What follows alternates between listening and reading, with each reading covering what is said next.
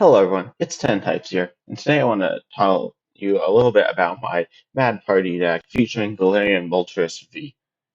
So with rotation, we lost a ton of cards, and a lot of those were really important for Mad Party decks to work and function. We lost stuff such as Dedenne GX to discard your cards quicker, stuff like Giovanni's Exile to remove those Dedenne GX's Crobat Vs, and other two prize support Pokemon. And probably most importantly, we lost triple acceleration energy to be able to attack with Polteageist with more energy as opposed to just the 4 twin energy, which we luckily can keep, but that is all we have to attach just one energy and attack with Mad Party attackers in standard at the moment. So that's why I brewed up this deck. It of course revolves around Mad Party attack, dealing for 2 colorless energy, 20 times the amount of Pokemon that we have in our discard pile with Mad Party. We of course have the 4 Mad Party members. We have the Bunnelby, the Polteageist, the Dedenne, and the Galarian Mr. Rhyme. And so we just want to get those in the discard pile as quickly as we can, get up a few with some energy on, and start attacking and dealing big damage.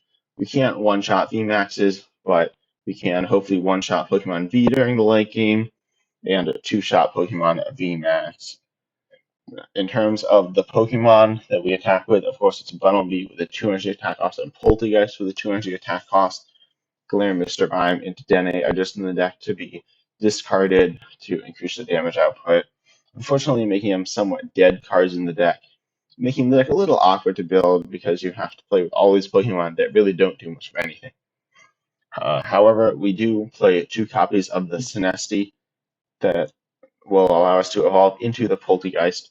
The Polteageist, of course, having the Mad Party attack for 2 colors, allowing it to be very powerful as another attacker that can instantly hit weakness on Rapid Strike and Single Strike Urshifu, allowing you to one-shot them, which is nice, but also having the T-Break attack or ability for the once during your turn, allowing you to discard one of your Mad Party cards from your hand, allowing you to put more in the discard and draw more cards. It functions as a sort of draw engine, which is really nice, and of course, a damage increaser. It's very important, but not crucial. That's why I only play 2 of the basic. And of course, we'll be discarding this throughout the game, not worrying about getting it into play all the time. One other thing to keep in mind, Polteageist has 60 HP as opposed to Bunnelby's 40, both of which are really horrible.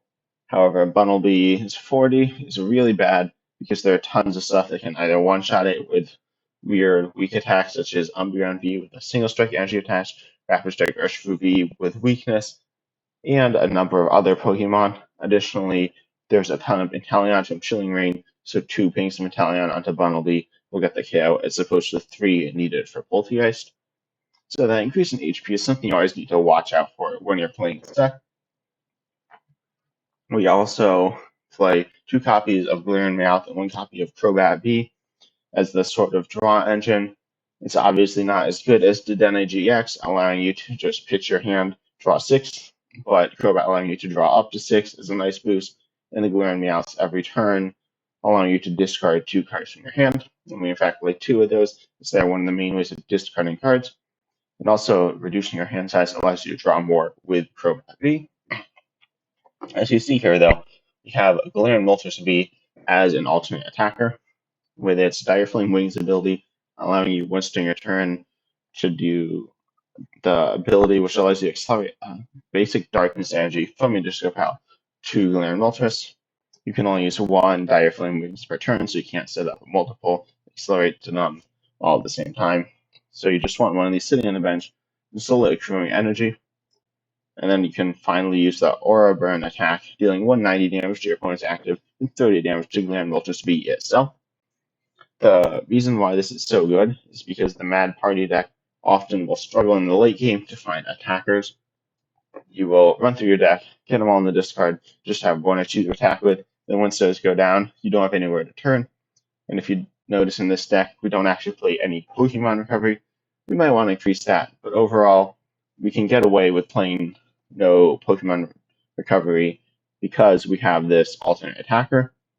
Additionally, it covers your bad matchups, which is super important. Mad Party is really, really, really bad against Sprint.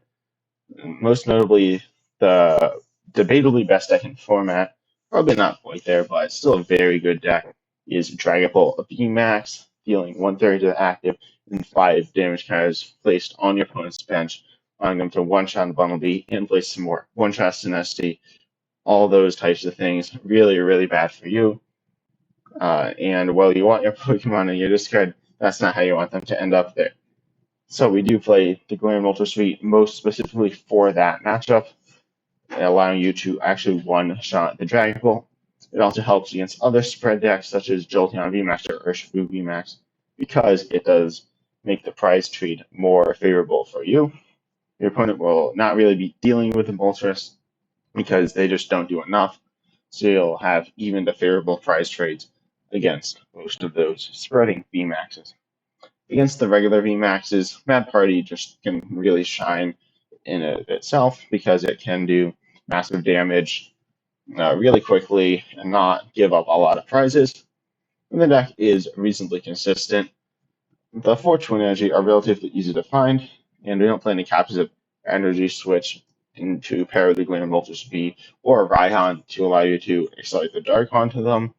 Those are considerations, but we really want to stick to one attacker at a time, not trying to get too fancy because then the deck can clog up a bunch.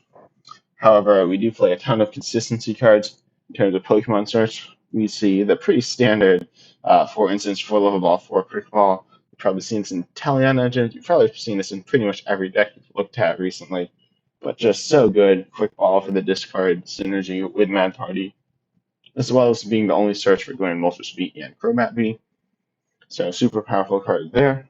Level Ball allowing you to search for almost all your Mad Party cards in single prize except for Galarian Mr. Rhyme there, or the Pokemon V. It's still very nice, allowing you to search out, like, for example, an early game Galarian Meowth to start discarding a ton of cards.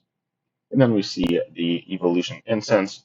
For those, you could switch this to a Great Ball or something, but I like it, allowing you to get your Galarian Mr. Rhyme. And this is the only way of searching out the Galarian Mr. Rhyme. And also another way to search out Poltegeist, just increasing the consistency, allowing you to get the minor draw engine Poltegeist going, and getting more Galarian Mr. Rhymes in the discard pile. Additionally, we play some pretty powerful supporters. We play 4 copies of Professor's Research, allowing us to discard hand, draw 7. More powerful than the Dena GX, obviously can't be played during the same turn. Now you can use Crobat and Research. You don't have the powerful access to the Dene, but you can still draw a ton of cards just using Professor's Research. Additionally, we play 3 copies of Peony, giving the same discard your hand effect, which is quite nice, but also allowing us to search for 2 trainers. These can be really whatever we want. You could get yourself a Quick Ball. You could just get yourself stuff you want to discard with Galarian Meowth. You could also get yourself Rose Tower, our stadium of choice in this deck. Keep in mind, you really do need a stadium as a counter to Path to the Peak against specifically those spread matchups, because Galarian Moltres will be your go-to attacker there, and they will likely play Path to the Peak, shutting off your Moltres, so you want to counter stadium there, fail to accelerate and then attack. And Rose Tower is really powerful in this deck. Rose Tower is just a very nice stadium in general, allowing you to draw some extra cards each turn. And Mad Party is a deck that can really use it to its fullest extent, especially paired with Peony. Peony is just allowing you to search for like a level ball, get something down or discard it, and a Rose Tower, allowing you to just draw some more cards. And I find that Rose Tower is essentially your draw engine in this deck, and it does work. There are some decks that just clog up their hands with energies or supporters, stuff they can't really play. This deck doesn't do that, and you have Galarian Meowth to clear out your hand whenever you want to, creating this really powerful draw engine that doesn't rely on playing tons of Pokemon every single turn, because the Galarian Meowth Rose Tower engine is just quite strong. Of course, you can be hit by a counter stadium, so you need to be careful about that, but hopefully you can draw enough cards with the Poltegeist as well, and the Crobat, the Meowth, Rose Tower, and then your supporters. We also play 2 passive boss's orders in order to finish up your opponent's targets that you've hit once. As I said, you're not really going to be taking one-shots, so you need to be able to gust up your opponent's Pokemon in order to finish them off. It's just so crucial, and something that I might want to increase the count of, or add a card such as Palpad to recover it. I could see adding the Shadot or even LBS B as well, but some way to get more boss doors in the late game could be very good, especially because our draw engine can draw cards without playing our supporters, although it isn't as strong at doing that. Then we see we have 3 different switch hats, 1 Scoop Net, 2 Air Balloon. If you played Mad Party before, you probably thought the Scoop Net was a pretty good card as a switch out because it allows you to scoop up net if you start the Dene, allowing you to get that into the discard, not having to let it die or reducing your damage to the whole game, which can be pretty bad. And it can, of course, be searched with Peony. Same thing with the Air Balloon, just reducing your retreat cost by 2. You often stick that on Crobat, Glaring Meowth, or Galarian Moltres V in order to have a nice pivot or get out of active if you're forced to start with them. Then we see the energy count. This is very interesting, and with Mad Party in Standard right now, it's a very big question. What we see the Twin Energy, just 4 copies of that, of course, to fulfill the Bundle B and Poltergeist attack cost, and then 6 copies of those basic Dark Energies to power them up onto the Galarian Moltres V and allow yourself to deal those big attacks with Galarian Moltres early to cover for when you don't have a Bumblebee or Poltergeist ready to go up.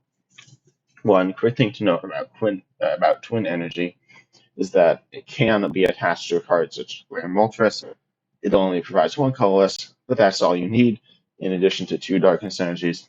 So if you're forced to do that, you can. You can also retreat Crobat with it, and it can pay for 1 of the retreat costs of Galarian Moltres. So just something to note there. The deck honestly is super powerful and very interesting to play. I'd highly recommend you try it out, mess around with it, mess with counts, and see what you can do with it. If you have any other cool ideas, leave them down in the comments below. I will, of course, have the link to this list in the description if you want.